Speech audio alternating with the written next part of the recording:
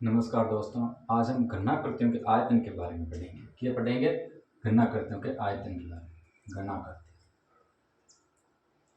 घनाकृतियों के आयतन। सबसे पहले हमें जानना होता है कि घनाकृति होती क्या है। घनाकृति क्या होता है? जैसे कोई भी मान लो आपके पास एक कोई त्रिभुज देते हैं। जैसे कोई मान लो आपके पास ये त्रिभुज है। अब इस त्रिभुज को क्या है, हमें किसी लाइन के परिधि घुमाना होता है। तो अब जो हमें आकृति बनती है 3D में, उसका आयतन कितना होगा वो हमें निकालना होता है। जैसे मान लो हमारे पास त्रिभुज है, ठीक है। अब इसको हम क्या एक्स अक्ष के परिधि घुमाते हैं। ये एक्स एक्सिस है, क्या एक्सिस, इसको हम घुमाते हैं तो कौन से जो भी एक आकृति बनेगी ना, उसका हमें आयतन निकालना है। तो मतलब ये इसको त्रिभुज को हम इस एक्स अक्ष के परिधि घुमाएंगे तो देख लो शंकु आकार शंकु बनेगा, तो हमें शंकु का आयतन निकालना है। उसी प्रकार देखो, जैसे मान लो मैं एक आपको दे दूं, जैसे मान लो ये कोई मान लो वर्त है, अर्धवर्त। ये क्या है? अर्धवर्त है। या पूरा वर्त रख लो, कोई बात नहीं है ना। ये आपके पास क्या वर्त है। अब इसको क्या हम एक्स एक्स के परिधि घुमाते हैं, मतलब इस वर्त को क्या हम ऐसे घुमाते हैं एक्स एक्स के परिधि, तो एक हमें 3D ज्यामिति प्राप्त होगी। इस 3D ज्यामिति कौन सी प्राप्त होगी? गोला बनेगा। जैसे इस वर्त को हम इसे घुमाएंगे ना पूरे चारों में इस एक्स एक्स के परिधि, तो हमें गोला प्राप्त होगा। तो हम इस गोले का आयतन निकालना। इस प्रकार हम घनाकृति का मतलब ये हो गया कि किसी भी आकृति को, जो समतल में बनी आकृति होती है ना, उसको किसी रेखा के परिधि घुमाओ, जो भी आकृति बनेगी उसका हमें आयतन ज्ञात करना है। ठीक है, ये हम पढ़ेंगे।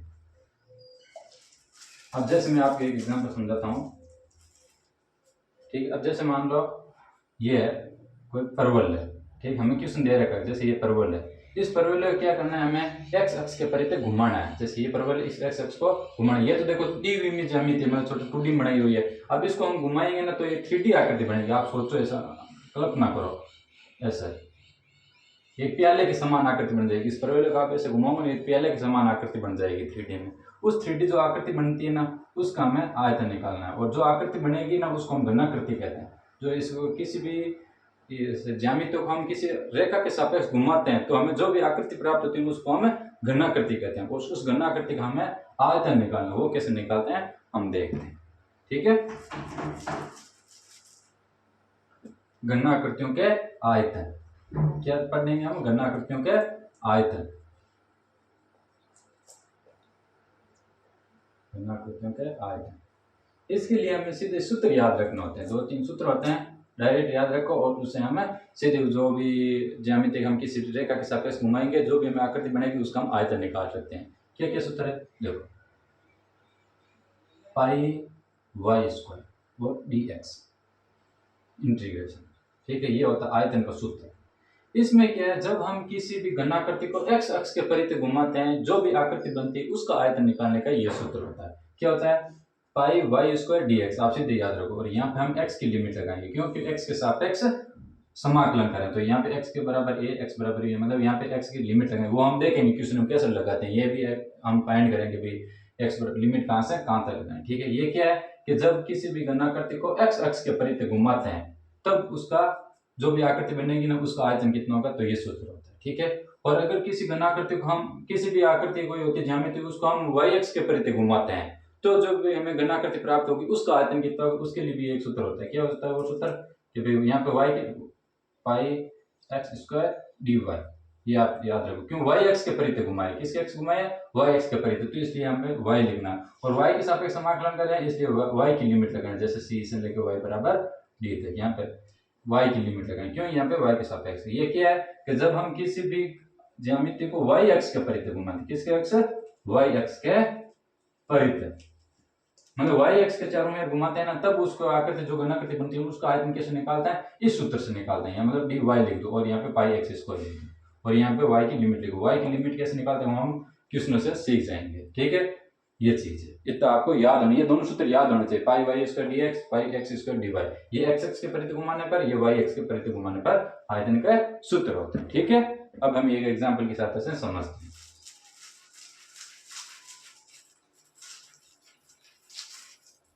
अब जैसे मैं आपको एक क्वेश्चन पूछूंगा, तो गोले का आयतन क्या होता है? गोले का आयतन, गोले का आयतन, गोले का आयतन का सूत्र क्या होता है? गोले का आयतन का सूत्र होता है 4/3 पाई आर क्यूब। ये आप सभी को पता है, 4/3 पाई आर क्यूब पता है।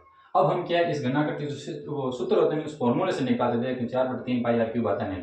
सबसे पहले हमें ये पता होना चाहिए कि ये गोला किससे बनता है? वर्त से बनता है। किससे बनता है? X square plus Y square बराबर आर स्क्वायर। ये कोई क्या है? वर्त है। ये वर्त है, इसको हम घुमाते हैं तो हमें क्या प्राप्त होगा? गोला प्राप्त होगा। तो देखो हम समझते हैं इस चीज को। ये हमारे पास क्या है? वर्त है। वर्त का इसका समीकरण क्या है कि x square plus Y square बराबर आर स्क्वायर है। इसको हम क्या है? एक्स अक्ष के परिधि घुमा लो चाहे वाई अक्ष के परिधि घुमा लो तो हमें गोला प्राप्त होगा। घनाकृति कौन सी प्राप्त होगी? गोले के समान घनाकृति प्राप्त होगी। और उस घनाकृति का आयतन कितना होगा वो हमें निकालना है। लेकिन हम जानते हैं भाई गोले का आयतन 4/3 पाई आर क्यूब होता है। हम देखते हैं इस फॉर्मूले से आता है या नहीं आता 4/3 पाई आर क्यूब। ठीक है, देखिए अब देखो यहाँ पे बोले चाहे आप एक्स अक्ष के परिधि घुमाओ इस वर्त को चाहे वाई अक्ष के परिधि घुमाओ, बात तो सेम है। चलो हम ठीक है, हम घुमाते हैं एक्स अक्ष के परिधि। किस परिधि घुमाते हैं? इस वर्त को एक्स अक्ष के परिधि घुमाते हैं। ठीक है, इसको यहाँ पे घुमा लेते और हमें जो गोला प्राप्त हो जाएगा और उस गोले का हमें आयतन निकालना है। कैसे निकालते हैं? देखो सूत्र क्या होता है एक्स अक्ष के परिधि घुमाने के लिए आयतन का? एक्स बराबर यहाँ एक्स की लिमिट होती है ए एक्स बराबर बी और पाई वाई स्क्वायर dx। मतलब एक्स एक्स के परिधि घुमाते इसलिए यहाँ पे dx लिख दिया। एक्स एक्स के सापेक्ष समाकलन करें इसलिए x की लिमिट लगाते हैं। x बराबर ऐसे x बराबर b। ठीक है, देखो यहाँ पे b। अब देखो हमें क्या लिमिट लगानी है x बराबर। अब बताओ इसमें बताओ यहाँ पे x बराबर कितना है? यहाँ से लेकर x बराबर 0,0 यहाँ है। यह त्रिज्या है ये x square plus Y square बराबर आर स्क्वायर है ना। ये रखो, ये आर रखो ना, आप आर रख लो ना। तो यहाँ पे क्या है? इसका निर्देशांक आर कोमा 0। तो बताओ यहाँ पे x की लिमिट कितनी होगी? 0 से r। मतलब मैंने लिख दिया 0 से ये r। ठीक है, पाई वाई स्क्वायर यहाँ से देखो वाई स्क्वायर कितना आ जाएगा? R square minus x square. क्या आएगा? R square minus x square गुणा dx गुणा dx। अब क्या है? हमें इसका समाकलन करना है। तो देखो कैसे करते हैं। हाँ, एक चीज ध्यान रखो। अब देखो हमने यहाँ पे लिमिट कहाँ से कहाँ तक ली कि 0 से लेके x तक। यहाँ पे हमने लिमिट कितनी ली x की? 0 से लेके x तक। मतलब हमने इतना ही पार्ट कवर किया है। कितना पार्ट कवर किया? इतना ही। लेकिन हमें ये बाकी रह गया है ना, इसलिए इसको भी ओवर करना है। मतलब इसलिए हम यहाँ पे क्या करेंगे? 2 से गुणा करेंगे। मतलब ये भी, इस चीज को भी तो हमें कवर करना है। यहाँ तक कवर किया इसलिए यहाँ पे 2 गुणा करेंगे। ठीक है, अब देखो v बराबर 2 और लिमिट कहाँ है? 0 से लेके r पाई। ठीक है, अब बताओ। ठीक है, यहाँ पे 2 मिनट। अब हम इसका समाकलन करते हैं। ठीक है, 2 पाई इसका समाकलन करोगे कितना जाएगा? आर स्क्वायर का कितना जाएगा? R square x minus x square का समाकलन कितना जाएगा? एक्स की घात 3/3। और लिमिट कहाँ से कहाँ तक है? 0 से लेके r तक। तो देखो v बराबर कितना है? 2 पाई। यहाँ पे क्या लिखना? r एक्स की आर लिखो तो कितना हो गया? R cube. मतलब R into R square R cube minus R cube बटा 3। तो v बराबर कितना आ गया?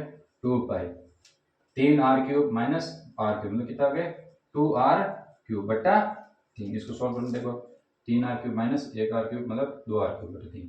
v बराबर कितना? 2 2 बिंदु 4 पाई आर क्यूब बटा 3। ये देखो फॉर्मूला आ गया 4/3 पाई आर क्यूब। ये जो हमने निकालते हैं गोले का आयतन का सूत्र ये भी होता है कि 4/3 पाई आर क्यूब। ये सूत्र होता है ना, तो सेम आ गया। इसका मतलब जो हमने ये फॉर्मूला लेके ना ये सही है। मतलब आप इस चीज को मतलब गोले का निकाल कर आपने चेक कर लिया तो देखो ये सूत्र सही है या नहीं है। ये एकदम सूत्र सही। इस प्रकार हमें क्या है? ये तो गोले भी शंकु व त्रिभुज से बनने वाला करते, ये तो हमें 10th क्लास में जो सूत्र है उससे भी निकाल सकते हैं। लेकिन हमें ये क्वेश्चन नहीं पूछेंगे वर्त वाले। हमें क्वेश्चन पूछेंगे कि परवलय से गणना करती जो बनती है उसका आयतन निकालो, या फिर दीर्घवृत्त से बनती है उसका जो घनाकृति बनती है उसका आयतन निकालो। ये हमें क्वेश्चन में पूछेंगे। ठीक है, अब एक एग्जांपल और बता देता हूँ आपको मैं। जैसे एक एग्जांपल और ले लेते हैं। जैसे मान लो X square plus Y square, X square upon A square plus Y square upon B square बराबर 1। ये क्या है? दीर्घवृत्त है। ठीक है, क्या है ये? दीर्घवृत्त है। ये लो दीर्घवृत्त। अब इसको हमें क्या? एक्स अक्ष के परिधि घुमाओ और जो भी घनाकृति बनेगी ना उसका आयतन निकालो। मतलब ये तो दीर्घवृत्त है, ये इसका चित्र होता है। इसको हमें क्या? इसको घुमाना है, एक्स अक्ष के परिधि घुमाना है। तो बताओ जो भी एक घनाकृति बनेगी ना उस घनाकृति का आयतन कितना होगा वो हमें निकालना है। ठीक है, तो सबसे पहले लिमिट देख लो। यहाँ पे लिमिट कितना है? यहाँ पे क्या 0,0 है, यहाँ पे क्या है? a,0 है, यहाँ पे क्या है? b,0,b है। ये आपको आना चाहिए, पता है 10th वो 12th क्लास के एक्स का कहाँ होता है, मतलब ये निर्देशक आना चाहिए। ठीक है, अब देखो v का आयतन का सूत्र क्या होता है? आयतन का सूत्र होता है लिमिट होती है यहाँ पे, और पाई वाई स्क्वायर डी एक्स, मतलब एक्स एक्स के प्रति घुमाना, जो भी गणना करती बनेगी उसका हमें आयतन है। तो वो तो कैसे निकालते हैं, v बराबर लिमिट एक्स की यहाँ से 0 यहाँ पे a, तो 0 से a, यहाँ पे देखो 0 से a तक कवर किया हमने चीज, कहाँ से कर 0 से a, ये पार्ट बाकी रह गया, इसलिए हम इसको 2 से भी गुणा कर देते हैं, इसलिए यहाँ पे 2 पाई वाई स्क्वायर, यहाँ से बताओ वाई स्क्वायर कितना आ जाएगा, वाई स्क्वायर आ जाएगा 1 minus x square upon A square गुणा बी स्क्वायर, ठीक है, ये डी एक्स, मतलब यहाँ से आपने वाई स्क्वायर का मान रख दिया यहाँ पे, ठीक है। अब हम इसका क्या कर देते हैं, समाकलन कर देते हैं और इस लिमिट का मान रख देते हैं, देखते हैं उत्तर कितना आएगा, वो इसका गणना करते का आयतन होगा, ठीक है। देखो यहाँ पे 2 लिख दिया, 2 बार ले लो, पाई भी बार ले लो, जो अच्छा है वो बार ले लो, बी बार ले लो, बी स्क्वायर, ठीक है। अब इसका समाकलन कर दो, ए का समाकलन एक्स के सापेक्ष कितना होगा, एक्स होगा, माइनस एक्स स्क्वायर कितना होगा, एक्स का 3/3 ए स्क्वायर, ठीक है। और लिमिट कहाँ से कहाँ तक है, 0 से ए तक, ठीक है। और ये बी बराबर 2 पाई बी स्क्वायर, यहाँ पे लिमिट रख दो कितने है ए, तो ए माइनस ए क्यूब बटा 3 ए स्क्वायर, और 0 रखने पर 0 हो जाएगा, तो रखने की जरूरत नहीं है, ठीक है।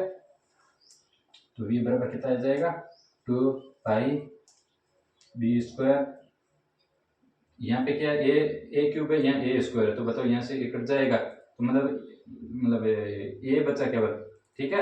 यहाँ पे क्या बचा, तो यहाँ पे ए क्यूब है, यहाँ पे ए स्क्वायर है, तो इसको आप मैं लिख देता हूँ 2 मीटर, ए माइनस ए बटा 3, ठीक है।